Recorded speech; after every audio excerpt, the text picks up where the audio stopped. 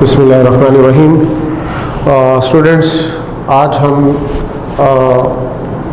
Cell biology जो हम topic start किया था, सेल स्ट्रक्चर एंड फंक्शन, इसमें हम और different parts of the cells की तरफ जा रहे हैं। और सबसे पहले हमने आज डिस्कस करना है about cell wall. Cell wall के बारे में हम देखेंगे कि सेल वॉल की क्या हमारे पास इंफॉर्मेशन है और किस तरह से हम एंटीटेस्ट पॉइंट ऑफ व्यू से इनके डिफरेंट जो हमारे पास इंफॉर्मेशन मिलती है उसको हमने किन किन रेफरेंसेस के साथ और किस तरह से हमने उसको देखना है, यूटिलाइज करना है, मैनिपुलेट करना है, ताकि हम एंटीटेस्ट पॉइंट ऑफ व्यू से उसको क्रिटिकली देख सकें। तो सबसे पहले देखिए कि जो सेल वॉल है, सेल वॉल के बारे में आपको मालूम हो, उसकी डिस्कवरी का पता हो आपको कि इसकी डिस्कवरी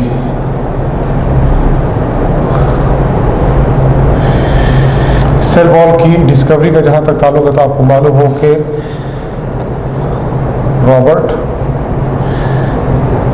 हुक 1665 इसने सबसे पहले इसको डिस्कवर किया था। किस चीज़ को?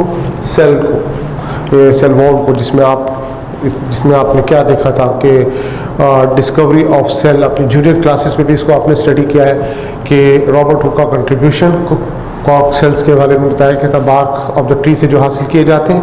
उसने क्या बताया था कि एम्प्टी स्पेस के बारे में बताया था कि empty space bounded by thick wall, definitely वो क्या थी? सेल वॉल थी। तो इस तरह से डिस्कवरी में किसका रोल आ जाता है आपके सामने?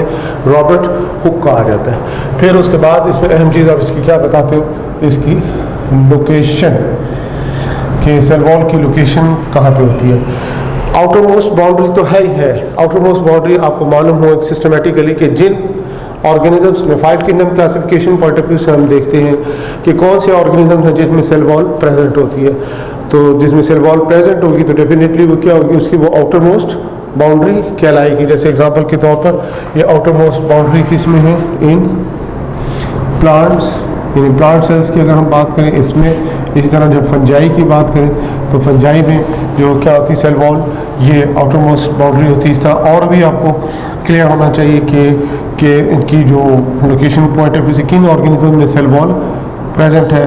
आप रेफरेंस देते हो, प्रोटिस्ट में चले जाते हो, किंगडम प्रोटिस्टा। किंगडम प्रोटिस्टा में सिर्फ और सिर्फ आपको ये मालूम हो कि एक तो एल्गी आ जाएंगे और दूसरा इसमें फंजाई लाइक प्रोटिस्ट्स आ जाएंगे। इनमें सेल वॉल प्रेजेंट है। इसी तरह फिर प्रोकैरियोट्स जो होते हैं, यानी बैक्टीरिया एंड साइनोबैक्टीरिया, इनमें भी क्या है? सेल वॉल प्रेजेंट होती है और आउटर मोस्ट बाउंड्री के तौर पर प्रेजेंट होती है। तो ये आपको मालूम हो कि लोकेशन क्या है कि ये आउटर मोस्ट बाउंड्री है। कवर किया होता है इसने सेल को। प्लांट सेल में प्रेजेंट है, फंजाई में है, प्रोटिस्टा में, फिर किस में? एल्गी में है। Fungi like protist, slime mould, water moulds, और इस तरह प्रोकैरियोट बैक्टीरिया एंड साइनोबैक्टीरिया आ जाते हैं। इनमें ये सेल वॉल प्रेजेंट होती है आउटर मोस्ट बाउंड्री के तौर पर। लोकेशन आ रही। और बाकी जहाँ तक इसकी सेक्रीशन का ताल्लुक है तो सेक्रीशन के बारे में आपको मालूम है, सेक्रेटेड बाय प्रोटोप्लाज्म। प्रोटोप्लाज्म से क्या चीज़ है? सेक्रेशन होती है किस चीज़ की? सेल वॉल की। और इसी तरह जब हम इसकी सेल वॉल की थिकनेस की बात करें, थिकनेस याद रखिएगा कि ये वेरी करती है। किस तरह? Cell to cell. ये सेल टू सेल इसकी क्या है? थिकनेस वेरी करेगी।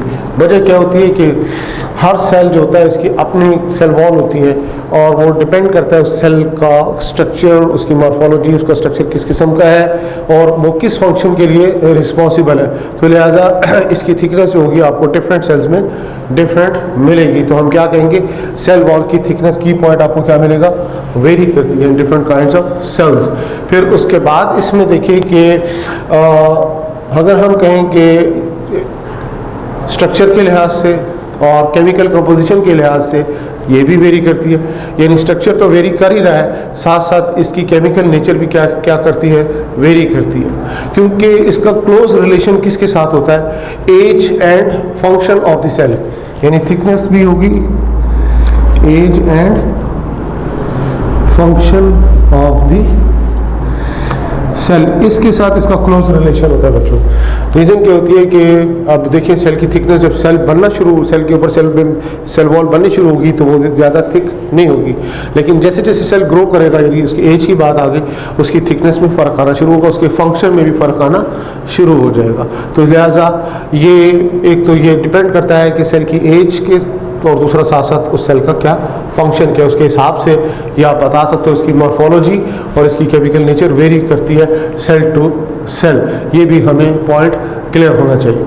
तो इसी तरह से देखिए कि इसमें ख़ास तौर पर जब हम ओवरऑल सेल्स को स्टडी करते हैं तो ओवरऑल हमें मालूम हो कि प्लांट सेल्स जो होते हैं, ये मिसाल के तौर पर यहाँ पे हम प्लांट सेल शो करते हैं, ये आपको यहाँ पे सेल शो किया गया, ये एक सेल है, ये देखिए इतना सा पार्ट है, इसको मज़ीद हमने क्या है कि इनलार्ज करके यहाँ पे शो किया है। इसको और कर सकते हैं अब इस डायग्राम में, ये मार्जिन जो आपको नज़र आ रहा है, ये मार्जिन इस तरफ और ये मार्जिन इस तरफ, यानी ये क्या है, नेबरिंग सेल्स की सेल मेम्ब्रेन है, ये एक सेल की सेल मेम्ब्रेन है, ये दूसरी सेल की सेल मेम्ब्रेन है। फिर उसके बाद नेक्स्ट देखिए कि ये इसके बाद इसमें हमने क्या शो किया है कि सेल मेम्ब्रेन के बाद नेक्स्ट क्या आ रहा है, इसमें सेकेंडरी वॉल आ रही है, ये सेकेंडरी वॉल आ गई। और इसी तरह से ये सेल है, ये इसकी क्या है, सेल मेम्ब्रेन है, तो उसके बाद यहाँ पे क्या शो कर रहे हैं, सेकेंडरी वॉल, ये इसकी सेकेंडरी वॉल आ जाएगी। फिर ये देखिए कि ये इसकी प्राइमरी वॉल है, इस तरह से ये इसकी क्या है, प्राइमरी वॉल। ये primary wall of the neighbouring cells के दरमियान किसकी पोजीशन आपको नजर आ रही है, मिडल लेमिला, ये मिडल लेमिला की पोजीशन आपको नजर आती है। इस तरह से हमें पोजीशन क्लियर हो, इंपॉर्टेंट है, ये बड़ा अहम पॉइंट है बताने के लिए। रीज़न क्या होती है कि जब आपने एमसीक्यूज पॉइंट ऑफ व्यू से देखना है टेस्ट में, तो उसको आपको मालूम हो कि इनकी पोजीशंस खास तौर पर पूछी जाती हैं कि जैसे सेल मेम्ब्रेन आपके पास आ गई ना, फिर उसके बाद नेक्स्ट क्या आ रहा है, तो इसमें आप बता रहे हो सेकेंडरी वॉल, फिर उसके बाद क्या आ रहा है, प्राइमरी वॉल। तो कंफ्यूजन होती है कि भी पहले प्राइमरी वॉल क्यों नहीं है, सेकेंडरी वॉल, इसलिए कि जो प्राइमरी वॉल को अभी हमें बताना है कि डेवलप कब होती है, इन न्यूली ग्रोइंग सेल, नया सेल जब बनता है तो उसमें सबसे पहले क्या बनती है, उसकी प्राइमरी वॉल बनती है, उसके बाद जाकर सेकेंडरी वॉल बनती है। वो डिपेंड करता है टाइप ऑफ सेल, किस सेल में सेकेंडरी वॉल में बनना है, किस सेल में सेकेंडरी वॉल में नहीं बनना। तो लिहाजा बच्चों यहाँ से आपको इसकी पोजीशन क्लियर होनी चाहिए, किस चीज़ की, सेल वॉल की, और उसकी डिफरेंट क्या की है, इसकी मिडल लेमिला की।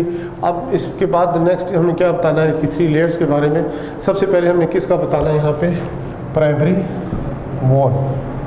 प्राइमरी वॉल के बारे में हमने क्या बताया कि किधर बनती है, ये बनती है, ये न्यूली फॉर्म इन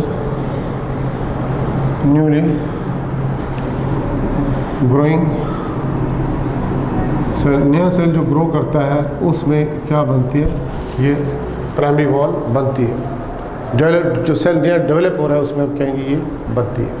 और इसका जो थिकनेस है बेसिकली क्या है, ये 1 to 3 माइक्रोमीटर, ये इसकी क्या होती है, थिकनेस होती है, ये इसकी थिकनेस होती है प्राइमरी वॉल की। इसी तरह से इसकी केमिकल कंपोजिशन की तरफ अगर आप जाओ तो उसकी केमिकल कंपोजिशन भी आपने बतानी होगी कि प्राइमरी वॉल की केमिकल कंपोजिशन क्या होती है। मेन इसमें क्या होता है, ये सेलुलोज के बारे में आप जानते हैं, पॉलीसेकेराइड है, मोस्ट कॉमन पॉलीसेकेराइड। इसी तरह से इसमें पैक्टिक कंपाउंड्स होते हैं, पैक्टिक कंपाउंड्स इसमें पाए जाते हैं, और मोस्टली इसमें पॉलीसेकेराइड्स हैं, पॉलीसेकेराइड्स होते हैं इसमें। और पॉलीसेकेराइड्स में आप किसका रेफरेंस दोगे, हेमी सेलुलोज का। एक होता है आपके पास सेलुलोज, ये क्या एक्सक्लूसिवली किससे मिलकर बना है, ग्लूकोज मोनोमर से मिलकर बना है। जबकि हेमी सेलुलोज जो होता है ये भी पॉलीसेकेराइड है, लेकिन ये एक्सक्लूसिवली ग्लूकोज यूनिट से नहीं बल्कि डिफरेंट टाइप्स ऑफ मोनोमर से मिलकर क्या बनता है, हेमी सेलुलोज बनता है। तो ये इसकी केमिकल कंपोजिशन के बारे में आपको क्लियर हो कि प्राइमरी वॉल की केमिकल कंपोजिशन क्या है। फिर उसके बाद देखिए कि जो सेकेंडरी वॉल है, सेकेंडरी वॉल सेकेंडरी वॉल के बारे में आपको क्लियर होना चाहिए कि सेकेंडरी वॉल जो होता है इसकी सबसे पहले क्या बतानी होती है, आपने लोकेशन बतानी होती है। जैसे अभी मैंने आपको बताया था कि इसकी लोकेशन इंतहाई अहम है। इस डायग्राम में भी आपको बताया गया कि प्राइमरी वॉल कहाँ है, नेक्स्ट टू ये प्राइमरी वॉल के बारे में आपको बताया गया है कि इसमें प्राइमरी वॉल किस तरह, ये मिडल लेमिला के दोनों तरफ क्या, ये सेल की प्राइमरी वॉल है, ये इस सेल की क्या है, प्राइमरी वॉल। अब नेक्स्ट टू सेल मेम्ब्रेन यहाँ पर आपके सामने क्या है, इसकी पोजीशन है, सेकेंडरी वॉल की पोजीशन है। अब इसकी जहाँ तक थिकनेस का ताल्लुक है, इसकी थिकनेस जो है वेरी करती है सेल टू सेल जिसमें ये बनेगी। आमतौर पर इसकी रेंज जो हम बताते हैं 5 to 10 माइक्रोमीटर, 5 to 10 माइक्रोमीटर इसकी क्या होगी, थिकनेस होती है। तो आम तौर पर ये क्या इसकी प्रॉपर्टीज़ क्या होती हैं, ये बेसिकली रिजिड होती है, इसके नेचर किस किस्म की होगी, रिजिड होगी। इस तरह से ये क्रिस्टलाइन होगी, क्रिस्टलाइन प्रॉपर्टीज़ में पाई जाती हैं। और इसी तरह से इसमें ऑप्टिकली क्या होते हैं, ये एक्टिव होती है, ऑप्टिकली ये क्या होगी, एक्टिव होगी, optically it is active. Chemical nature जो सेकेंडरी वॉल के बारे में आप बताते हुए इसकी केमिकल नेचर क्या है, तो केमिकल नेचर में इसमें भी सेलुलोज प्रेजेंट है, इसमें भी सेलुलोज प्रेजेंट होता है। इसी तरह से नॉन सेलुलोजिक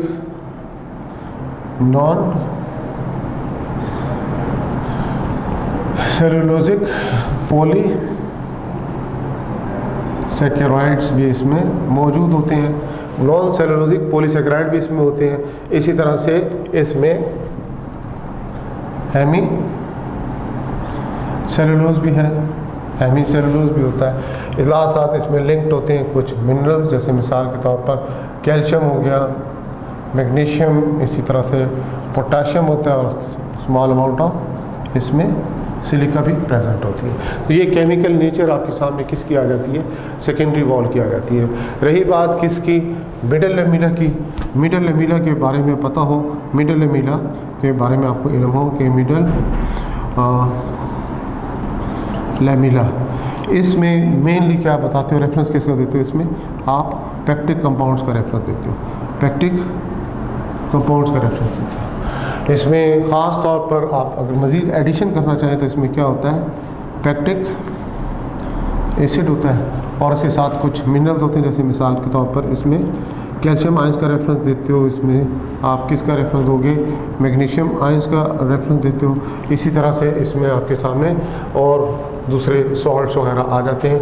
तो ये बेसिकली केमिकल नेचर होती है किस चीज़ की, मिडल लेमिला की। तो लिहाजा ये ग्लू का काम करती है between the primary wall of the neighbouring cell, primary walls of the neighbouring cell के दरमियान ये ग्लू का काम करेगी। बाकी जहाँ तक इसके फंक्शंस का ताल्लुक है तो फंक्शंस आपको मालूम होने चाहिए कि ये इसको हम कह सकते हैं कि एक्टिव है, ऑप्टिकली क्या होती है, एक्टिव होती है। तो लिहाजा हम ये कह सकते हैं फुली परमेएबल है ये, उसमें पोर्स पाए जाते हैं। तो पिट्स की फॉर्म में जिस तरह से क्या होता है, इसमें फ्रीली मूवमेंट होती है मटेरियल्स की, from outside to inside and from inside to outside.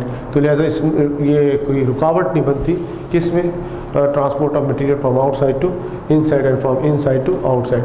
बाकी कुछ इसमें एक्स्ट्रा बातें वो आपको लिंक करनी है डिफरेंट टॉपिक्स के साथ। जैसे मिसाल के तौर पर हम कहते हैं पैरेनकाइमेटिक सेल्स हैं या मेरिस्टेमेटिक सेल्स हैं। पैरेनकाइमेटिक सेल्स जो होते हैं जिसमें फूड स्टोरेज होती है, क्रॉस सेक्शन आप स्टडी करते हो स्टेम का, रूट्स का, उसमें आपको क्या मिलते हैं, पैरेनकाइमेटिक सेल्स मिलते हैं। उनमें आप देखते हैं only primary wall is present, secondary wall उसमें नहीं होती। इस तरह मेरिस्टेमेटिक सेल्स होते हैं उसमें भी आपको क्या मिलेगी, सिर्फ प्राइमरी वॉल मिलती है।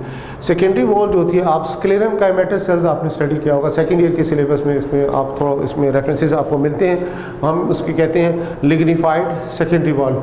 और अच्छी खासी वो क्या होती है, थिक होती है। सबसे ज़्यादा थिकनेस हमने पहले भी बताया है कि किसकी है, इसमें सबसे ज़्यादा थिकनेस आपको किसकी नज़र आती है, 5 to 10 micrometre, that is of secondary wall. Secondary wall की थिकनेस हमें नज़र आती है। तो लिहाजा ये बेसिकली सपोर्ट का काम करते हैं। और ये सेकेंडरी वॉल फिर और एक और अहम बात इसमें आपको क्लियर होनी चाहिए कि आम तौर पर ये वो सेल होते हैं जो कि बाद में अपने मैच्योरेशन के बाद क्या होता है, वो डेड हो जाते हैं। इसलिए ये भी आपको क्लियर हो कि मैच्योर सेल्स आप बाद में जाकर डेड होते थे, जिसमें ये सेकेंडरी वॉल प्रेजेंट होती है। बाद में इसका क्या काम होता है, सपोर्ट का काम होता है, ये सपोर्टिंग रोल प्ले कर रहे होते हैं। या फिर इसके अलावा जैसे आप जाइलम की बात करते हैं तो उनमें ये क्या होता है, कंडक्शन का काम कर रहे होते हैं। तो डिपेंड करता है टाइप ऑफ सेल पे। तो लिहाजा जो रेफरेंसेस आपको मिलते हैं उन रेफरेंसेस को भी आपने कोट करना है कि कहाँ कहाँ पे इनके रेफरेंसेस यूज़ होते हैं। सो ये एक डिटेल थी कुछ, इसमें आपको की पॉइंट याद रखने हैं कि आपको किस तरीके से कि किन ऑर्गेनिज्म में सेल वॉल प्रेजेंट है। फिर इसके बाद इसकी सिक्रीशन कहाँ से होती है, इसकी थिकनेस के बारे में बताना है, थिकनेस कैसे होती है, इसकी मॉर्फोलॉजी, और इसी तरह इसका फंक्शन जो होता है उसका रिलेशन किसके साथ है आप वो भी देख सकते हैं। इसके सेल की एज के हिसाब से उसका जो उसकी मॉर्फोलॉजी होती है वो भी, और इसी तरह से फंक्शन डिपेंड करता है टाइप ऑफ सेल के हिसाब से। इसी तरह फिर हमने इसकी जो सेल वॉल की जो 3 मेजर लेयर पार्ट्स होते हैं उनकी पोजीशंस को हमने यहाँ पे क्लियर किया है। इसको आपने स्पेशली फोकस करना होगा एडिटर्स पॉइंट ऑफ व्यू से, इसमें से आपको क्वेश्चन आ सकते हैं। तो बाकी जहाँ तक जनरल और ओवरऑल सेल के बारे में हम बताते हैं ना, इसका फंक्शन तो क्या है, यानी एक्सटर्नल फॉर्म जो बेसिकली तो सेल मेम्ब्रेन होती है outer most boundary in all cells, लेकिन सेल वॉल जो होती है डेफिनेट शेप प्रोवाइड करने में, सपोर्ट प्रोवाइड करने में इंपॉर्टेंट रोल प्ले करती है इन ख़ास तौर पर किस में, प्लांट सेल्स वगैरह में। तो ये हमने किसके बारे में बताया, सेल वॉल के बारे में। ये स्टूडेंट्स इसमें नेक्स्ट हमने जो स्टडी करना है सेल स्ट्रक्चर एंड फंक्शन में, ये क्या है, प्लाज्मा मेम्ब्रेन, जिसको आप सेल मेम्ब्रेन का नाम भी देते हैं। तो स्टूडेंट सबसे पहले देखिए कि इसकी हमने क्या बतानी है, लोकेशन के बारे में बताओगे कि इसकी लोकेशन क्या होती है। लोकेशन में फिर बात वही आ जाती है, एक तो आपके जो टेक्स्ट बुक में दिया हुआ है उसको तो हमें फॉलो करना ही करना है, लेकिन उसके साथ साथ मैंने आपको शुरू में बताया कि शुरू से माइंड सेट कीजिए कि 5 kingdom classification system, 5 kingdom classification system के हिसाब से आपने देखना होगा कि इसकी डिफरेंट ऑर्गेनिज्म में इसकी पोजीशन क्या होती है। वो डिपेंड करता है कि सेल वॉल उनमें प्रेजेंट है या फिर सेल वॉल उनमें नहीं है। तो सबसे पहले देखिए कि हम इसको अगर हम बात करें सबसे पहले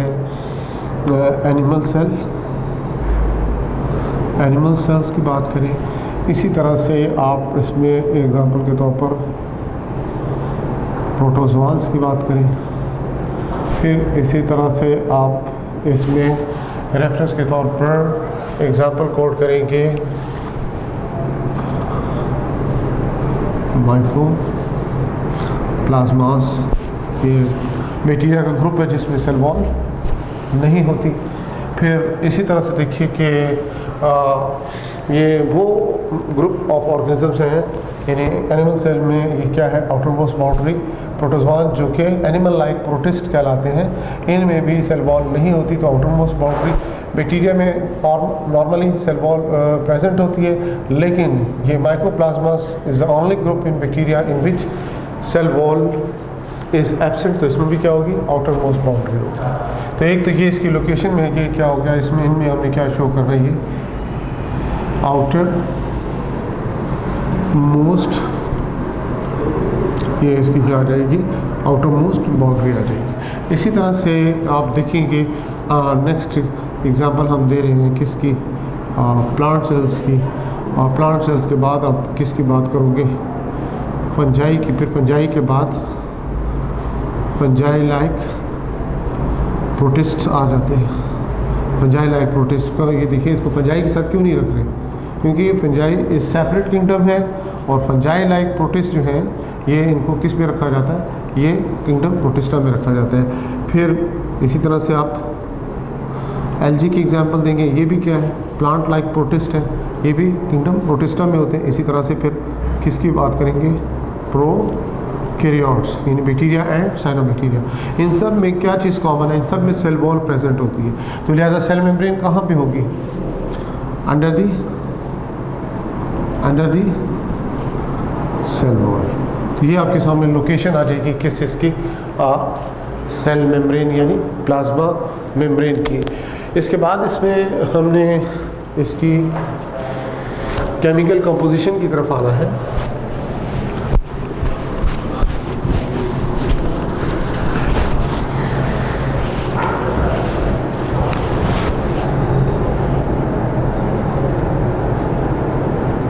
केमिकल कंपोजिशन, केमिकल कंपोजिशन में जनरल इंफॉर्मेशन आपके पास होनी चाहिए। सबसे पहली चीज़ किसका रेफरेंस देते हो आप?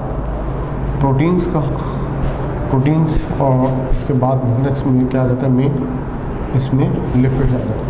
प्रोटीन्स का जहाँ तक ताल्लुक है ये आपको क्लियर हो कितने होते हैं इसमें, दैट इज़ 60 to 80% इसमें प्रोटीन है और 20 to 40% इसमें क्या आ जाते हैं, लिपिड्स आ जाते हैं। इसी तरह से लिपिड्स को फिर आप डिफरेंट कैटेगराइजेशन की बनाते हो कि एक इसमें आ जाते हैं आपके पास फॉस्फो लिपिड्स, और फिर इसी तरह से इसमें आपके पास किसका रेफरेंस आता है, कोलेस्ट्रॉल का रेफरेंस आ जाता है। आप कहेंगे कि हाँ सेल मेम्ब्रेन में कोलेस्ट्रॉल का रेफरेंस अगर नहीं भी है तो आपको इनडायरेक्टली, आप जब बैक्टीरियल सेल मेम्ब्रेन पढ़ते हो तो उसमें आप बताते हो कोलेस्ट्रॉल इज़ एब्सेंट, तो ज़ाहिर है रेफरेंस तो आपको मिल गया। तो यहाँ पे आपने इसका बताओगे जब वहाँ पे एब्सेंट है ऑब्वियसली यूकैरियोटिक सेल में क्या है, ये प्रेजेंट है। फिर इसी तरह से कार्बोहाइड्रेट्स होती हैं, कार्बोहाइड्रेट्स के बारे में आपको मालूम हो कि इसमें जो कार्बोहाइड्रेट्स हैं वो आपको डिफरेंट फॉर्म्स में मिलते हैं। डिफरेंट फॉर्म से मुराद है कि ये कंजुगेटेड मॉलिक्यूल्स की सूरत में मिलते हैं। कंजुगेटेड मॉलिक्यूल का मतलब क्या होता है, कॉम्प्लेक्स मॉलिक्यूल की सूरत में मिलते हैं, यानी कि ये आपको ग्लाइकोलिपिड्स की सूरत में भी मिलेंगे, और इसी तरह से आपको ये ग्लाइको प्रोटीन्स की सूरत में। यानी यहाँ पे ग्लाइको का मतलब क्या होता है, यहाँ पे कार्बोहाइड्रेट के लिए वर्ड इस्तेमाल होता है। लिपिड और ये भी दो डिफरेंट ग्रुप से मिलकर क्या बनाएंगे, कॉम्प्लेक्स और कॉन्जुगेटेड मॉलिक्यूल बनाते हैं। तो ये जो कार्बोहाइड्रेट्स है इसके बारे में आपने क्या बताना होगा कि ये कितना होता है, इसकी हम small amount of carbohydrate is present. Small amount से मुराद कितनी हो सकती है, वो डिपेंड करता है टाइप ऑफ सेल पे डिपेंड करता है। तो लेकिन होती क्या है, स्मॉल अमाउंट है। डिफरेंट हमें रेफरेंसेस मिलते हैं। इन जनरल अगर हम बताएं तो 2% तक भी हो सकती है, 2% से लेकर मैक्सिमम ये 10% तक भी हो सकती है। लेकिन कुछ बुक्स में इतना ये भी दिया कि इसमें 8% क्या है, रेफरेंस आपको मिलेगा 8% कार्बोहाइड्रेट्स पाई जाती है। तो इस तरह से ये इसमें आपको different chemical nature point of view से आप देखते हैं तो डिफरेंट आपको केमिकल्स मिलते हैं in case of what plasma membrane, ये आपके सामने आ जाती है। इसमें जो अब अहम चीज़ आ जाती है कि इसमें इनकी अरेंजमेंट यानी स्ट्रक्चरल ऑर्गेनाइजेशन, स्ट्रक्चरल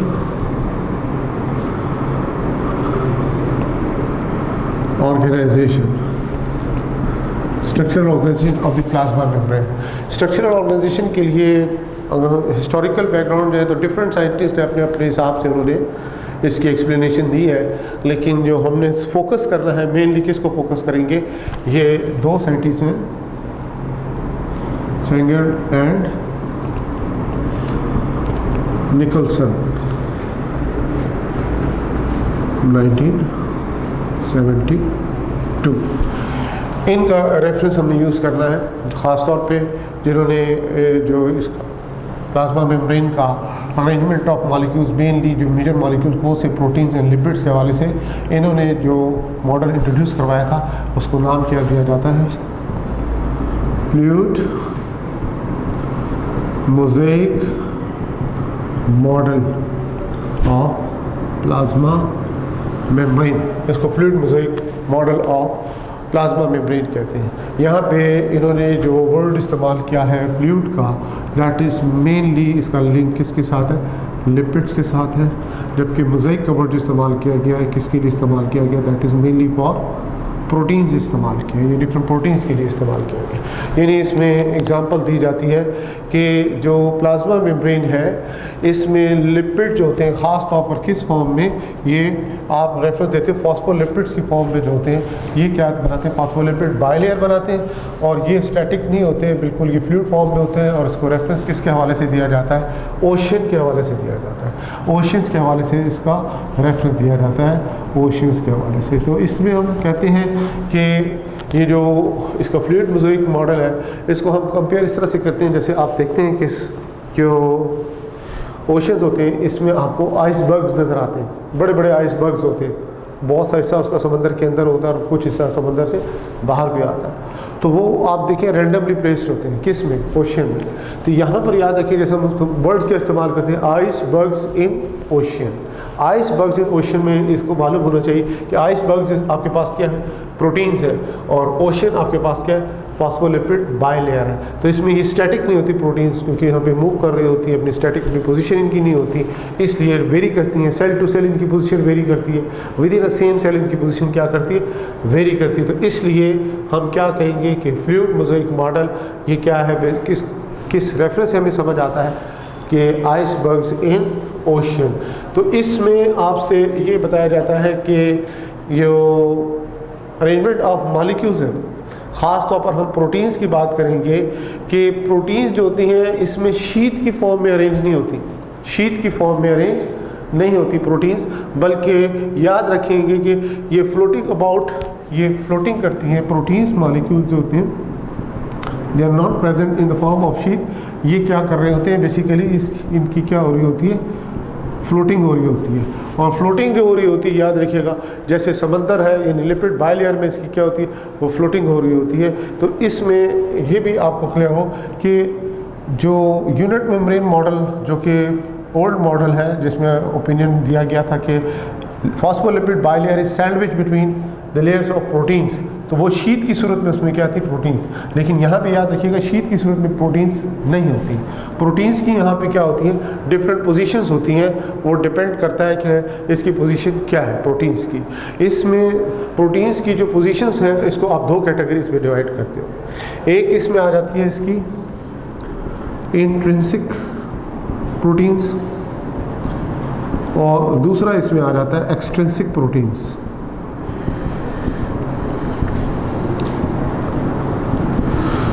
ये दो कैटेगरीज प्रोटीन्स की बन जाती है आपके सामने, एक्सट्रिंसिक और इंट्रिंसिक प्रोटीन्स। इसको हम दूसरे नाम भी देते हैं, इंट्रिंसिक के लिए इंटेग्रल प्रोटीन का लफ्ज़ भी इस्तेमाल किया जाता है, इसके लिए आप इंटेग्रल प्रोटीन्स का लफ्ज़ भी इस्तेमाल करते हैं।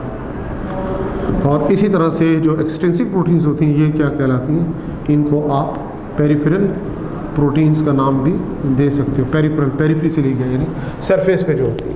इंटेग्रल का मतलब क्या होता है कि जो कि एम्बेडेड हो, यानी आप इसमें हम अगर शो करना चाहें पोजीशन के लिहाज से तो सिंपली एक इसकी हम एक डायग्राम शो करते हैं। इस डायग्राम में हमें और मज़ीद क्लियर हो जाएगी पोजीशन किस चीज़ की, ये प्रोटीन मॉलिक्यूल्स की।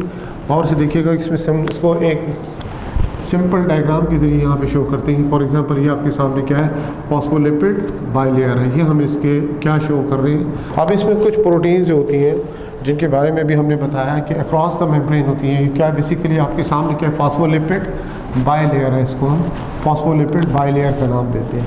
अब ये फॉस्फोलिपिड बाइलेयर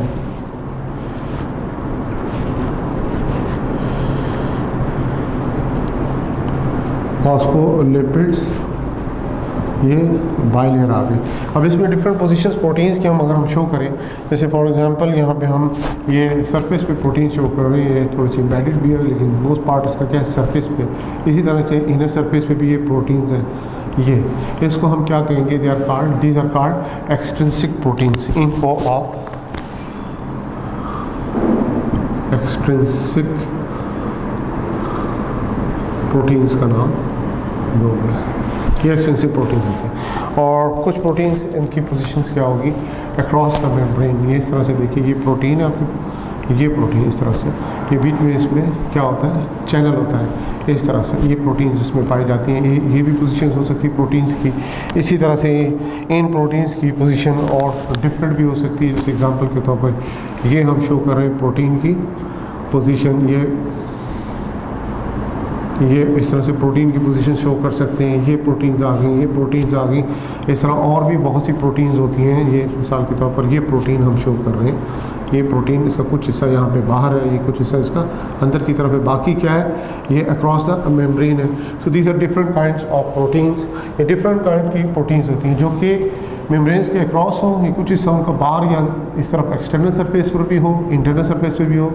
ये इन सब को हम नाम क्या देंगे, these kinds of proteins are called intrinsic protein, जिसको आप इंटेग्रल प्रोटीन्स का नाम भी देते हैं। तो ये क्या कहलाएंगी, ये जितनी भी प्रोटीन्स हैं इनको आप इंट्रिंसिक प्रोटीन्स का नाम दोगे, इंट्रिंसिक प्रोटीन्स कहलाएंगे, इसको इंट्रिंसिक प्रोटीन्स का नाम देते हैं। इस तरह से हमें इंट्रिंसिक और एक्सट्रिंसिक प्रोटीन्स के बारे में पता चलता है। फिर इसी तरह भी हमने बताया था कि कुछ प्रोटीन ऐसी होती हैं जिनके साथ क्या मौजूद होते हैं, ये कार्बोहाइड्रेट्स भी मौजूद होते हैं। कार्बोहाइड्रेट्स होते हैं किस सूरत में पाए जाते हैं, यहाँ पे हम शो कर सकते हैं। मिसाल के तौर पर ये प्रोटीन मॉलिक्यूल यहाँ पे हम शो करेंगे, ये प्रोटीन मॉलिक्यूल है आपके पास। इस प्रोटीन मॉलिक्यूल्स के साथ ये इसमें ये इसका आउटर सरफेस है, यहाँ पे इसके साथ क्या मौजूद है, ये चेन आपको नज़र आ रही है किस चीज़ की, कार्बोहाइड्रेट्स की। तो प्रोटीन और ये कार्बोहाइड्रेट चेन ये मिल कर क्या बनाएंगे, इसको आप क्या नाम दोगे, ये आपके सामने ये ग्लाइको प्रोटीन्स कहलाएंगे। इसी तरह से ये आपको हेड नज़र आ रहा है, ये टेल है किस चीज़ की, फॉस्फोलिपिड मॉलिक्यूल की। तो ये जिसका हेड होता है, जिसके बारे में आप बायोलॉजिकल मॉलिक्यूल्स में डिटेल से देखोगे क्या होता है, पोलर हेड होता है। और पोलर हेड किस वजह से होता है, मेनली फॉस्फेट ग्रुप की वजह से होता है। तो ये इसके साथ क्या चीज़ अटैच, इसके साथ अटैचमेंट हमने शो करनी होगी। इसके साथ अटैचमेंट हम शो करेंगे कार्बोहाइड्रेट की, ये आपके सामने चेन हमने शो की किस चीज़ की, कार्बोहाइड्रेट की। तो इसे क्या नाम देंगे, इसको आपने नाम देना होगा ग्लाइकोलिपिड।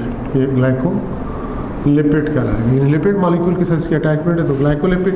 प्रोटीन के साथ अटैचमेंट है, तो इसको ग्लाइकोप्रोटीन का नाम दिया जाता है। ये इस तरह से ये आपके सामने पोजीशंस आ जाती हैं डिफरेंट मॉलिक्यूल। इसी तरह से आप इंटरनल सरफेस देखें, इंटरनल सरफेस पे यहाँ पर नेटवर्क ऑफ ये क्या होती हैं, प्रोटीन्स होती हैं। इनको आप क्या कहते हो,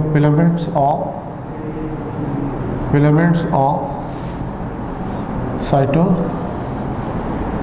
कहते हैं। साइटोस्केलेटन आपने आगे चलकर डिस्कस करना होगा। इसमें मेनली कौन सी होती है, माइक्रो फिलामेंट्स होती हैं, जो mainly made up of which kind of protein, actin protein. दूसरी प्रोटीन भी होती है, लेकिन हम यहाँ पे इन फिलामेंट्स ऑफ साइटोस्केलेटन के बारे में बता रहे हैं, यहाँ पर मौजूद होती हैं। इस तरह ये आप देख सकते हो डिफरेंट काइंड्स ऑफ प्रोटीन्स होती हैं इसमें पाई जाती हैं। आपने मेनली फोकस किसको करना है, एक्सट्रिंसिक और इंट्रिंसिक प्रोटीन्स को मेनली फोकस करना होगा। अब इसमें जो रोल होता है वो भी आपको क्लियर हो। जैसे फॉर एग्जांपल हम इंटीग्रल प्रोटीन के बारे में बात करेंगे। ये जो इंटीग्रल प्रोटीन्स हैं, ये चैनल प्रोटीन्स हैं, ये मिसाल के तौर पर कैरियर प्रोटीन्स हैं, ठीक है जी। ये डिफरेंट जो प्रोटीन्स जिसमें यहाँ पे हैं, इनके डिफरेंट फंक्शंस होते हैं। जैसे इंटीग्रल प्रोटीन के बारे में हम कहेंगे कि ये क्या चीज़ रेगुलेट करते हैं, बेसिकली इनका काम क्या होता है, रेगुलेशन। बेसिकली ये रेगुलेट करेंगे डिफ्यूजन को, ऑस्मोसिस को और एक्टिव ट्रांसपोर्ट को। ख़ास तौर पर किस किस्म की सब्सटेंसेस के लिए, आयनिक सब्सटेंसेस को मूव करने के लिए ये इनको क्या करते हैं, रेगुलेट करते हैं। इसी तरह से आप देखें कि आपके सामने क्या मौजूद है, ये ग्लाइकोलिपिड्स और ग्लाइकोप्रोटीन्स भी मौजूद है। इसी तरह से लिपिड बाइलेयर भी मौजूद है। अगर हम इनके भी फंक्शंस को सिस्टमेटिकली देखें तो जैसे फॉस्फोलिपिड बाइलेयर है, ये हम सेल मेम्ब्रेन, प्लाज्मा मेम्ब्रेन को आपको मालूम है मुख्तलिफ नाम देते हैं। इसको आप डिफरेंशियली परमिएबल मेम्ब्रेन भी कहते हैं, इसको आप सेलेक्टिवली परमिएबल मेम्ब्रेन कहते हैं। लेकिन कई अक्सर हमारे स्टूडेंट्स को ये पता ही नहीं होता कि इसको डिफरेंशियली परमिएबल क्यों कहते हैं और इसको आप सेलेक्टिवली परमिएबल क्यों कहते हैं। ख़ास तौर पर आपको मालूम हो कि जैसे मिसाल के तौर पर यहाँ पे हम वर्ड इस्तेमाल कर रहे हैं, क्या चीज़, differentially permeable.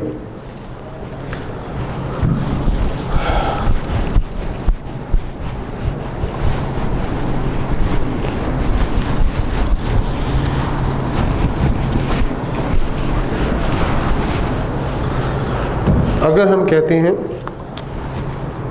Differentially permeable membrane, differentially permeable में हमेशा याद रखिएगा कि जो रोल है, ख़ास तौर पर किसका रोल होता है डिफरेंशियली परमिएबल में, इसमें रोल जो है बेसिकली लिपिड्स का रोल आ जाएगा इसमें। ये क्या बनाते हैं इसको डिफरेंशियली परमिएबल में। लिपिड किस सूरत में, अभी आपको बताया था, ये फॉस्फोलिपिड्स बाइलेयर, ये जो है फॉस्फोलिपिड बाइलेयर, ये इसको क्या बनाती है, डिफरेंशियली परमिएबल बनाती है। डिफरेंशियली परमिएबल का मतलब क्या है कि ये क्या काम करती है, बैरियर का काम करेगी। ये बैरियर का काम करेंगे। स्टूडेंट गौर से देखिएगा, बैरियर का मतलब क्या, रुकावट बनाएगी। और ये बेसिकली अलाउ किसको करती है, ये अलाउ करेगी नॉन पोलर सब्सटेंसेस होते हैं। नॉन पोलर सब्सटेंसेस को ये क्या करेगी, अलाउ करेगी। और इसी तरह से प्रिवेंट किसको करेगी, ये प्रिवेंट करेगी, मालूम होना चाहिए, आयनिक मॉलिक्यूल्स को। आयनिक इसमें जो मटेरियल होते हैं इनके लिए ये क्या है, ये रुकावट बनेगी। तो इसलिए इसको क्या कहते हैं, डिफरेंशियली परमिएबल मेम्ब्रेन का नाम देते हैं। फिर इसी तरह से आप देखिए कि इसमें एक और चीज़ आपको मालूम हो कि इसको हम सेलेक्टिवली परमिएबल मेम्ब्रेन भी कहते हैं। सेलेक्टिवली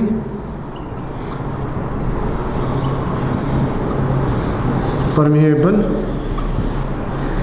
मेम्ब्रेन का नाम भी देते हैं। अब सेलेक्टिवली परमिएबल मेम्ब्रेन हम इसको किस वजह से कहते हैं, एक ख़ास तौर पर मेम्ब्रेन प्रोटीन्स की वजह से कहते हैं। मेम्ब्रेन प्रोटीन्स की वजह से कहते हैं, मेम्ब्रेन प्रोटीन्स, जिसमें आप रेफरेंस किसका दोगे, ख़ास तौर पर जो कॉन्जुगेटेड मॉलिक्यूल प्रोटीन के साथ बन रहे हैं, glycolipids and glyco proteins, glycolipids and glycoproteins, क्योंकि इसमें प्रोटीन्स भी है, इसमें लिपिड्स भी है। तो ख़ास तौर पर जो मेम्ब्रेन प्रोटीन्स हैं वो किस सूरत में आपके सामने मौजूद हैं, ये एक तो ख़ास तौर पर इसमें रेफरेंस आप किसका दोगे, ये मेम्ब्रेन प्रोटीन्स में ग्लाइकोप्रोटीन्स का रेफरेंस दोगे। ये क्या काम कर रहे हैं, इसको सेलेक्टिवली परमिएबल मेम्ब्रेन। अब क्या करते हैं ये बैरियर बनते हैं किसके लिए, मटेरियल्स के लिए। अहम बात यहाँ पे है कि it serve as a barrier. Barrier किसके लिए है, ये ख़ास तौर पर ऐसे मटेरियल्स की हम बात कर रहे हैं। ये मटेरियल कौन से, वो मटेरियल होते हैं जिनकी सेल को ज़रूरत है या फिर नहीं है, यानी आप कह सकते हैं according to need of cell, cell की ज़रूरत के हिसाब से क्या है कि ये बैरियर का काम कर रहे होते हैं। ख़ास तौर पर हम इसमें ग्लाइकोप्रोटीन्स का रेफरेंस देंगे और दूसरी प्रोटीन जो मेम्ब्रेन प्रोटीन्स होती हैं वो बड़ा इंपॉर्टेंट रोल प्ले कर रही होती हैं, मेम्ब्रेन प्रोटीन्स। इसमें इनका काम क्या होता है, बैरियर किस किस्म के मटेरियल्स के लिए, as per need of the cell, cell की ज़रूरत के मुताबिक। तो ये चीज़ें आपको क्लियर होनी चाहिए। इसी तरह से इसमें एक और आपको रेफरेंस मिलता है, जैसे एग्जांपल अभी हमने दी थी यहाँ पे कि ये जो कंजुगेटेड या कॉम्प्लेक्स मॉलिक्यूल्स हैं जिनको आप ग्लाइकोलिपिड और ग्लाइकोप्रोटीन का नाम देते हैं, हम विद रेफरेंस टू कार्बोहाइड्रेट कहते हैं क्या है ये कार्बोहाइड्रेट्स जो होते हैं इसमें ग्लाइकोलिपिड ग्लाइकोप्रोटीन में, ये बेसिकली क्या रोल प्ले कर रहे हैं, इनका रोल ये होता है कि ये रिसेप्टर का भी काम कर रहे होते हैं। रिसेप्टर्स का भी काम कर रहे हैं। किसका हम रेफरेंस दे रहे हैं, मेम्ब्रेन कार्बोहाइड्रेट्स। और मेम्ब्रेन कार्बोहाइड्रेट्स में फिर हम किस कैटेगरी से उठाएंगे इसको, ग्लाइकोलिपिड और ग्लाइकोप्रोटीन से उठाएंगे। ग्लाइकोलिपिड और ग्लाइकोप्रोटीन ये क्या है, मेम्ब्रेन कार्बोहाइड्रेट्स हैं। इनका काम क्या होता है, रिसेप्टर का काम करना, प्रोवाइड करते हैं रिसेप्टर्स। ये क्या प्रोवाइड कर रहे हैं, रिसेप्टर प्रोवाइड करते हैं। और इसका जैसे एग्जांपल के तौर पर आप देखें ये कौन सी साइड प्रोवाइड कर रहे हैं, ये basically hormones receptor side provide कर रहे हैं। ये हार्मोन रिसेप्टर साइड प्रोवाइड, जब हार्मोन रिसेप्टर साइड प्रोवाइड करेंगे तो उसके रिजल्ट के तौर पर क्या होगा कि ये सेल के साथ इसका जो कि लिंक है, ये इसके साथ क्या होगा, इसके रिजल्ट के तौर पर क्या होगा, रिस्पॉन्स होगा। सेल क्या करेगा, रिस्पॉन्ड करेगा। इस तरह से आपने देखा बच्चों कि जो हम इसकी स्ट्रक्चरल डिटेल पढ़ते हैं तो आपको इसमें आपको जो अरेंजमेंट ऑफ मॉलिक्यूल्स मिल रहा है, सबसे पहले उसके बारे में आप बताते हो, फिर उसमें अरेंजमेंट ऑफ मॉलिक्यूल्स में फॉस्फोलिपिड बायलेयर, फिर उसके बाद प्रोटीन्स की पोजीशन, एक्सट्रिंसिक प्रोटीन कौन सी होती हैं, इंट्रिंसिक प्रोटीन्स क्या होती हैं, इनको आप दूसरा नाम देते हैं क्या, इंटेग्रल प्रोटीन, और दूसरी इंटेग्रल प्रोटीन, ये इंटेग्रल प्रोटीन और बाहर वाली को क्या कहते हैं, एक्सट्रिंसिक को पेरिफेरल प्रोटीन का नाम देते हैं। हमने बताया कि इनके फंक्शनल रोल क्या क्या होते हैं, किस तरीके से ये रेगुलेट करते हैं सब्सटेंसेस को to move from outside to inside and from inside to outside as per requirement of the cell. क्योंकि आपको मालूम हो कि सेल जो है उसका अपना एक इंटरनल इन्वायरमेंट है, होम्योस्टेटिक रोल होता है। इंटरनल इन्वायरमेंट एक्सटर्नल इन्वायरमेंट के दरमियान किस तरह से उसको बैलेंस रखना है, उसने सॉल्यूट को, सॉल्वेंट्स को किस तरीके से उसने उसको बैलेंस रखना है, किन मटेरियल्स की सेल को ज़रूरत है, किस तरह से उसको इन होना है, किस तरह से उसको आउट होना है, इनको सबको रेगुलेट करने के लिए इंतहाई अहम रोल है किस चीज़ का, प्लाज्मा मेम्ब्रेन का। तो क्वेश्चंस बेटा ध्यान से देखिएगा कि सबसे पहले तो अब लोकेशन की हमने बात की थी, वहाँ से क्वेश्चन उठाया जा सकता है। सिंपल क्वेश्चन होते हैं, इंफॉर्मेशन टाइप क्वेश्चंस होते हैं, उसमें सिर्फ और सिर्फ आपको याद रखना है कि 5 किंगडम क्लासिफिकेशन सिस्टम से हम जब देखते हैं तो किस किस्म के इसमें क्वेश्चंस बन सकते हैं डिफरेंट ग्रुप्स में। जो यूनिक एग्जांपल आपको दी गई ख़ास तौर पर उनका ख्याल करना है आपने, या क्या दी गई यूनिक एग्जांपल। यूनिक एग्जांपल्स में जैसे माइकोप्लाज्मास का रेफरेंस दिया गया है, वो आपको ध्यान में होना चाहिए। इसी तरह से इसमें आपको एग्जांपल दी गई फंजाइल लाइक प्रोटिस्ट, एलजी की एग्जांपल दी गई, वो आपको याद होना चाहिए, क्योंकि ये आम रूटीन में ये एग्जांपल यूज़ नहीं होती। जनरली बात किया जाता है plant cell and animal cell, बस उसी में आप बताते हैं कि प्रेजेंट और आउटर मोस्ट बाउंड्री की सूरत में प्रेजेंट है या present under the cell wall present है। फिर उसके बाद अहम चीज़ हमने इसकी जो बताई है, इसकी केमिकल कंपोजिशन। केमिकल कंपोजिशन में आपको क्लियरली बताया गया है कि इसमें प्रोटीन क्या है 60 to 80%, इसी तरह से लिपिड्स क्या होते हैं इसमें 20 to 40% होते हैं। स्मॉल अमाउंट किस चीज़ की होती है, कार्बोहाइड्रेट्स की होती है। फिर उसके बाद जो मज़ीद डिटेल आपको दें कि लिपिड्स किस फॉर्म में पाए जाते हैं। लिपिड्स आपने ये बताना होता है कि लिपिड जो होते हैं ये फॉस्फोलिपिड की फॉर्म में पाए जाते हैं। फॉस्फोलिपिड क्या बनाते हैं, फॉस्फोलिपिड बाई लेयर बनाते हैं। और उसके बाद दूसरी क्या चीज़ क्या बताई, प्रोटीन्स होती हैं। इसकी अरेंजमेंट यानी स्ट्रक्चरल ऑर्गेनाइजेशन की जब हमने बात की तो हमने क्या बताया कि डिफरेंट साइंटिस्ट हैं, उनका अपना अपना कंट्रीब्यूशन है। अर्लीस्ट जो मॉडल पेश किया गया था वो क्या था, यूनिट मेम्ब्रेन स्ट्रक्चर था। उसके बाद जो हम लेटेस्ट पढ़ते हैं करंट टेक्नोलॉजी के हिसाब से, जब ये इलेक्ट्रॉन माइक्रोस्कोप में हम जब इसकी बाकायदा फोटोग्राफिक पिक्चर लेते हैं और उसके बाद हम उसको जब स्टडी करते हैं तो उसमें फिर हमें ये जो अरेंजमेंट ऑफ मॉलिक्यूल नज़र आता है, इसको आप नाम क्या देते हो उस मॉडल को, फ्लूइड मोज़ेक मॉडल। हमने सिंपल डायग्राम यहाँ पे शो किया, डिटेल में हम डायग्राम नहीं गए, लेकिन हमने सिंपल डायग्राम में क्या किया है, पोजीशंस ऑफ डिफरेंट मॉलिक्यूल्स यहाँ पे हमने शो किया था। Different position of different molecules में सबसे पहले फॉस्फोलिपिड बाई लेयर, फिर उसके बाद पोजीशन ऑफ एक्सट्रिंसिक प्रोटीन, फिर पोजीशन ऑफ इंट्रिंसिक प्रोटीन्स, ये हमने शो किया। फिर उसके बाद सिस्टमेटिकली उसमें हमने आगे चलकर क्या बताया है कि जो डिफरेंट इसमें अरेंजमेंट ऑफ मॉलिक्यूल्स हैं उनके रोल क्या है, उनके फंक्शंस क्या क्या होते हैं। हमने यहाँ पर क्योंकि एक जब इंफॉर्मेशन की बात आती है, इंफॉर्मेशन मेनली हमने फोकस कहाँ से करनी है यहाँ पर, क्योंकि आप ईटा के स्टूडेंट्स हैं, आपको यहाँ पे उसी सिलेबस को फॉलो करना है, तो लिहाजा उसी हिसाब से हम आपको गाइड करते हैं। लेकिन याद रखिएगा इसके अलावा बेशुमार फंक्शन है। स्टूडेंट के माइंड में क्वेश्चन आता है कि यहाँ पर हमें इसकी फ्लूइडिटी के बारे में नहीं बताया गया। फ्लूइडिटी के बारे में चूँकि यहाँ पर हम क्योंकि ईटा का सिलेबस फॉलो कर रहे हैं तो उसमें फ्लूइडिटी की डिटेल नहीं दी गई, लेकिन इन जनरल मैं आपको थोड़ा सा ब्रीफली बताता चलूँ कि ताकि स्टूडेंट का ये भी कॉन्सेप्ट क्लियर कि फ्लूइडिटी ऑफ द मेम्ब्रेन किस पे डिपेंड करता है, कि फ्लूइडिटी का मतलब क्या होता है। कि यहाँ पे आपको बताया गया कि फॉस्फोलिपिड बाई लेयर है। फॉस्फोलिपिड मॉलिक्यूल का डिटेल आपको मैंने पहले बताया कि आपने कहाँ पे इसको डिस्कस करना होगा, you will discuss in biological molecules. ये आपके सामने स्ट्रक्चर किसका, एक फॉस्फोलिपिड मॉलिक्यूल, इसका हेड होता है, ये इसका हेड कहलाता है, और ये इसकी क्या होती है, ये इसकी टेल कहलाती है। हेड के बारे में आपको मालूम होगी क्या होता है, इसका पोलर हेड कहलाता है, इसको पोलर हेड कहते हैं। जबकि टेल जो होती है इसकी ये क्या होती है, नॉन पोलर टेल होती है, नॉन पोलर टेल होती है। तो हेड जो है पोलर होने की वजह से क्या होता है, ये हाइड्रोफिलिक होता है, जबकि नॉन पोलर होने की वजह से टेल क्या होती है इसकी हाइड्रोफोबिक टेल कहलाती है। इसको हाइड्रोफोबिक टेल का नाम दें।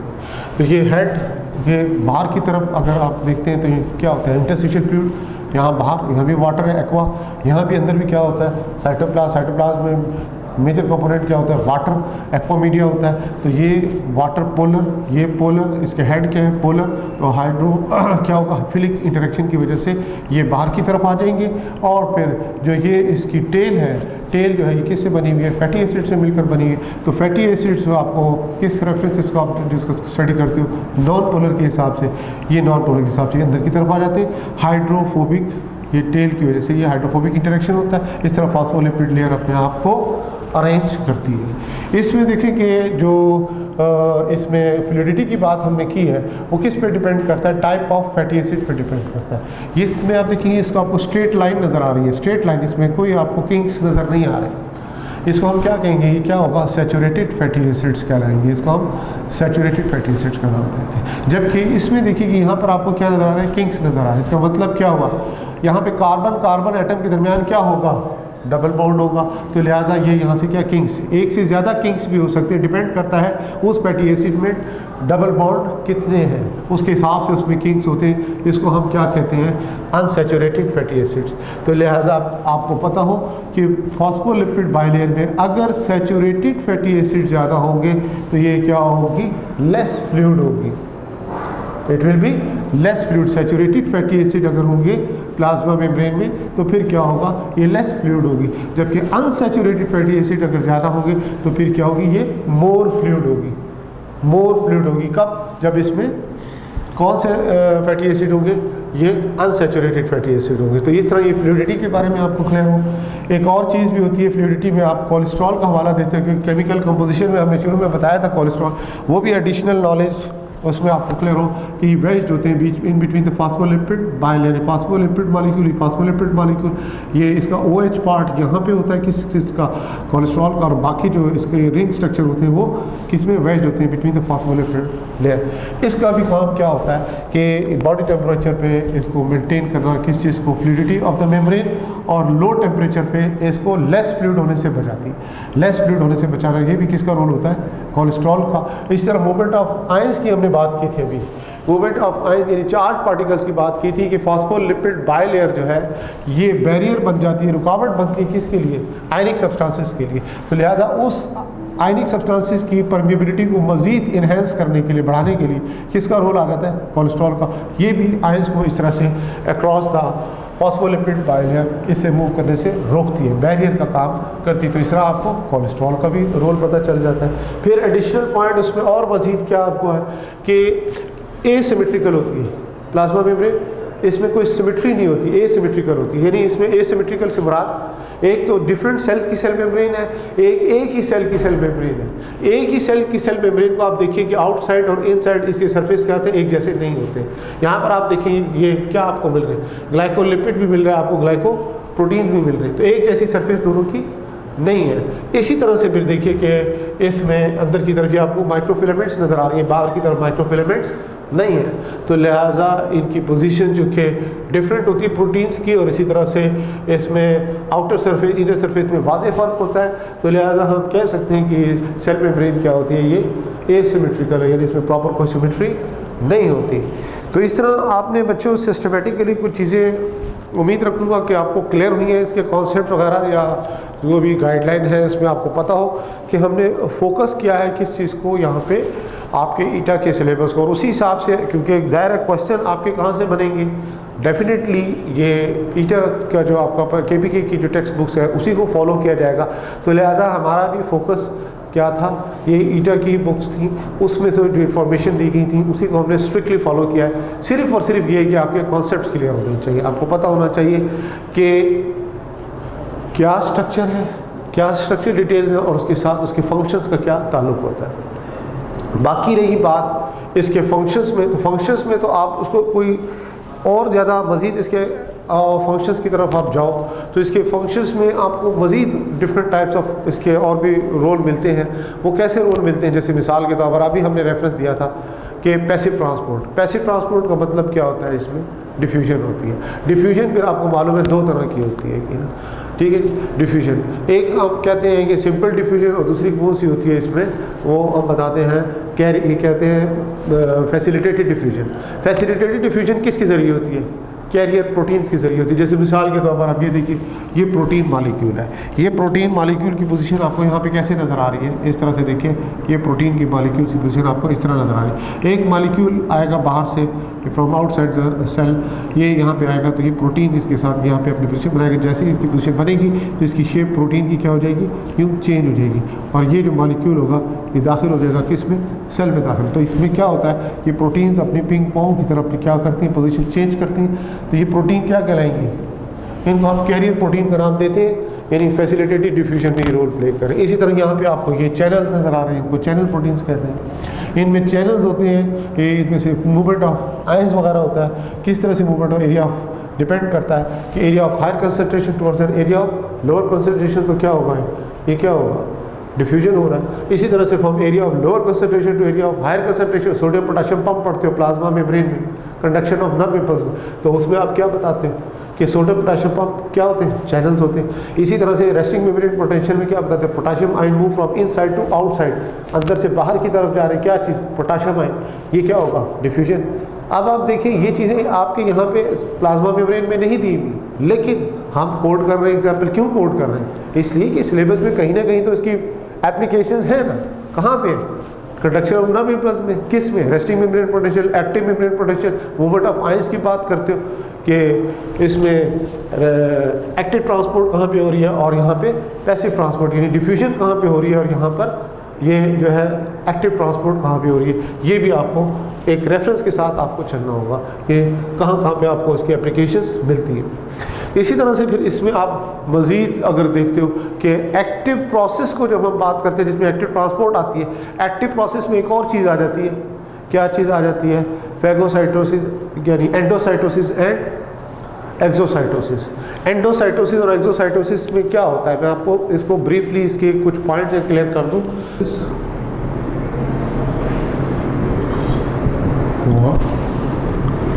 एक्सोसाइटोसिस, सबसे पहले हम किसकी बात करें, एंडोसाइटोसिस की, और कीजिएगा एंडो यानी इनसाइड, और इसी तरह साइटोसिस का मतलब होता है कि वैक्यूल की सूरत में, वैक्यूल की सूरत में, या फिर क्या है ये वेसिकल की सूरत में।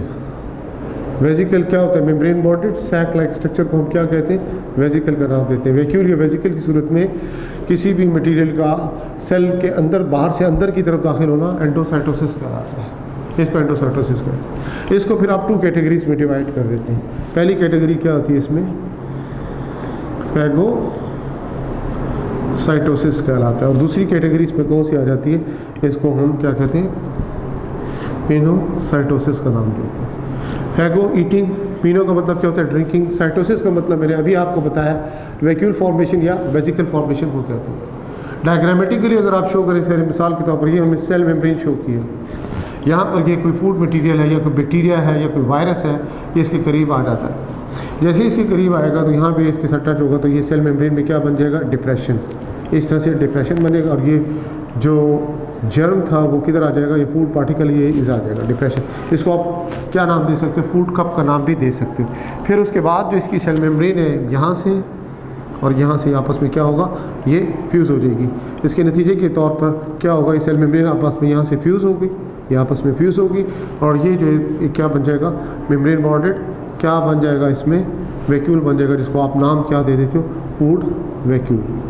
इसको फूड वैक्यूल का नाम भी दे सकते हो, ये फूड वैक्यूल, इसको फैगोसाइटोस वैक्यूल का नाम भी देते हैं। ये इनगल्फ हो रहा है, तो लिहाजा ये इस तरह से ये इसको फिर आगे चलकर किसका रोल आएगा, लाइसोसोम का रोल होएगा उसमें। प्राइमरी लाइसोसोम जब इसके साथ अटैच होंगे तो उन्हें क्या कहोगे, सेकेंडरी लाइसोसोम। देखिए लिंक्स बनते जा रहे हैं ना, तो आपको लिंक्स बनाने हैं, आपको पता होना चाहिए कि ये जो हम फंक्शन पढ़ रहे हैं इसका स्ट्रक्चर, ये फंक्शन जो पढ़ रहे हैं इसका मजीद और किन स्ट्रक्चर के साथ आगे चलकर लिंक बन रहा है, इसको हम क्या कहेंगे, eating process of a cell, phagocytosis. इस तरह से पिनोसाइटोसिस होता है। पिनोसाइटोसिस में आप क्या बताते हो, इसमें देखें कि ये सेल मेम्ब्रेन है, यहाँ पर आपके पास क्या है, लिक्विड है, वाटर है, और उसमें क्या है, उसके इसमें कोई भी जो भी मॉलिक्यूल्स है, सब्सटेंसेस मौजूद है। यहाँ पे सबसे पहले क्या होगा कि यहाँ पर एक छोटा सा डिप्रेशन बनेगा, और ये जो फ्लूइड है ये कहाँ पर आ जाएगा, यहाँ पर आ जाएगा विद सब्सटेंसेस। फिर उसके बाद वही सेल मेम्ब्रेन यहाँ से क्या होगी, रिपेयर, और रिपेयर होने के रिजल्ट ये रिपेयर होगी सेल मेम्ब्रेन, और फिर ये क्या छोटा सा वैक्यूल बन जाएगा। ये इनगल्फ हो गया वैक्यूल, यानी ये फ्लूइड फॉर्म में जो भी मटेरियल था वैक्यूल की फॉर्म में सेल के अंदर दाखिल हो गया। तो इसे हम टेक्निकली क्या कहेंगे, drinking process of a cell. ये ड्रिंकिंग प्रोसेस यानी पिनोसाइटोसिस कहलाता है। इसी तरह से आप देखिए एक्सोसाइटोसिस, एक्सो का मतलब यहाँ पे क्या होगा, आउटसाइड। साइटोसिस का मतलब अभी आपको बताया कि वैक्यूल या वेसिकल का बनना। अब एक्सो का मतलब आउटसाइड का मतलब सेल के अंदर से मटेरियल ने बाहर निकलना है। उसके लिए आपको क्या पता हो कि जैसे मिसाल के तौर पर ये आपके पास क्या है, ये सेल मेम्ब्रेन है, ठीक है जी। यहाँ पर आप क्या शो कर रहे हो, गोल्जी वेसिकल। ये गोल्जी वेसिकल जो होते हैं, जिसको आप सेक्रेटरी वेसिकल्स भी कह सकते हो, इसमें क्या होता है, ये फिनिश प्रोडक्ट होती है, यानी सेल सेक्रीशंस होती हैं। ये मूव करेगा toward the cell membrane, cell membrane से जैसे ही टकराएगा तो सेल मेम्ब्रेन यहाँ से क्या होगी, रप्चर, और मटेरियल क्या होगा बाहर निकल जाएगा। इसको हम क्या कहेंगे, एक्सोसाइटोसिस। ये भी आप देखिए वेसिकल है, वेसिकल की सूरत में मटेरियल क्या है, सेल से बाहर निकल रहा है, तो टेक्निकली इसे क्या कहोगे, एक्सोसाइटोसिस का नाम दोगे। तो ये भी सेल मेम्ब्रेन के सारे क्या है, ये भी फंक्शंस में आ जाता है, ये भी फंक्शंस में आ जाता है। इसी तरह सेल मेम्ब्रेन के बारे में आपको इन जनरल ये भी पता होना चाहिए कि सेल मेम्ब्रेन जो होती है, इंटरनल जो इन्वायरमेंट है सेल का, होम्योस्टेटिक है, उसको इसने मेंटेन करना, ऑस्मोटिक बैलेंस इसने करना है, आयंस को बैलेंस करना है, इसने सॉल्यूट को बैलेंस करना है। कभी भी ओवर फ्लडेड नहीं होगा सेल, कभी भी ज़्यादा ड्राई नहीं होगा। हमेशा याद रखिएगा, जब होम्योस्टेसिस की बात करते हो तो आप किसकी बात करते हो, नैरो रेंज की बात करते हो। इसमें हम नैरो रेंज की बात करते हैं। नैरो रेंज का मतलब ये होता है, ये हमने रेंज बनाई है, ये इसकी मिनिमम वैल्यू है और ये इसकी मैक्सिमम वैल्यू है। अब जो ये रेंज होती है, इसको हम क्या कहते हैं, नैरो रेंज का नाम देते हैं। यही होम्योस्टेटिक लेवल होता है, यानी अमाउंट ऑफ वाटर बॉडी में कम होगा तो कहाँ पे लेवल आ जाएगा, लोअर लेवल पर आ जाएगा। अमाउंट ऑफ वाटर बॉडी में ज़्यादा होगा तो हायर लेवल, लेकिन किस में होगा, ये नैरो रेंज में होगा। तो सेल मेम्ब्रेन का बड़ा इंपॉर्टेंट रोल है कि ये हमेशा इंटरनल इन्वायरमेंट को किस में रखेगा, नैरो रेंज में रखेगा, ताकि हम नॉर्मल, हमारे जो बॉडी के सेल्स हैं, नॉर्मल अपना फंक्शन परफॉर्म कर सके और लाइफ जो है वो क्या करे, सस्टेन कर सके। तो बच्चों, आज हमने डिस्कस किया है प्लाज्मा मेम्ब्रेन के बारे में, इसके डिफरेंट एस्पेक्ट्स हमने देखे हैं और कुछ चीज़ें आपने देखा है कि टेक्स्ट से हट के हैं, लेकिन कहीं ना कहीं उसकी आपको एप्लीकेशंस मिलती हैं। जैसे एंडोसाइटोसिस, एक्सोसाइटोसिस है, आप कहेंगे सर इसका तो यहाँ पे हमें कोई रोल कहीं नज़र नहीं आता। आपको फिर जाना है किस में, इम्यूनिटी के चैप्टर में जाना है। इम्यूनिटी के चैप्टर में आप क्या देखते हो कि वाइट ब्लड सेल, लिकोसाइट्स, उसमें फिर आप एग्जांपल किसकी देते हो, मोनोसाइट, जो बाद में क्या बनते हैं, मैक्रोफेज, इस तरह न्यूट्रोफिल्स। ये दोनों किस कैटेगरी में आते हैं, ये दोनों सेल क्या कहते हैं, फैगोसाइटिक एक्टिविटी में आ जाते हैं। तो फैगोसाइट्स कहाँ पर हो रहा है, वाइट ब्लड सेल कर रहे हैं ना, तो यहाँ पे तो एग्जांपल कोट नहीं की नहीं। प्लाज्मा मेम्ब्रेन का रोल आपने कहाँ से रेफरेंस उठाया, इम्यूनिटी से उठाया, तो वहाँ से इसको लिंक कर देंगे। ये भी आपको चीज़ें यहाँ पे क्लियर होनी चाहिए। तो उम्मीद रखूँगा कि इस तरह से आप थोड़ा सा अपने स्टडी के लेवल को मज़ीद आगे फोकस करेंगे। तो ये जो जैसे जैसे हमारे ये आगे सिलेबस चलेगा, फिर हमने ये चैप्टर्स के एंड पे इस तरह हमने इसको प्लान किया हुआ है। इसके आपके साथ हम जो है आपको असाइनमेंट देंगे, असाइनमेंट के साथ आप क्या होगी, आपकी डिस्कशंस होंगी। डिस्कशंस में बड़ा डिस्कशन सेशन बड़ा अहम होता है। डिस्कशन में क्या होगा कि जब हम गो थ्रू करेंगे, डिफरेंट टाइप्स ऑफ MCQs आपके सामने आएंगे, तो उसमें हमने देखना होगा कि हम उसको ज़ाहिर उसको सॉल्व भी करेंगे। तो सॉल्व जब करते हैं तो उसमें आपको बहुत सी चीज़ें सीखने को मिलती हैं। ये तो एक गो थ्रू है सिलेबस, जो आपको उसको ग्रिप करना ही करना है हर लिहाज से। लेकिन अहम चीज़ क्या होती है कि इससे रिलेटेड जो MCQs जो बनते हैं, वो MCQs की नेचर क्या होती है, कहाँ कहाँ से पॉइंट्स उठाए जाते हैं, उस डिस्कशन को आपने बहुत अच्छे तरीके से फोकस करना होगा और वही असल आपकी तैयारी होगी। तो उम्मीद रखूँगा कि इस तरह से हमारा ये सिलसिला आगे चलेगा और आप इसको सीरियस लेंगे और इसको अच्छे तरीके से इसको फॉलो करेंगे और अच्छे तरीके से अपनी प्रिपरेशन करेंगे। Thank you very much.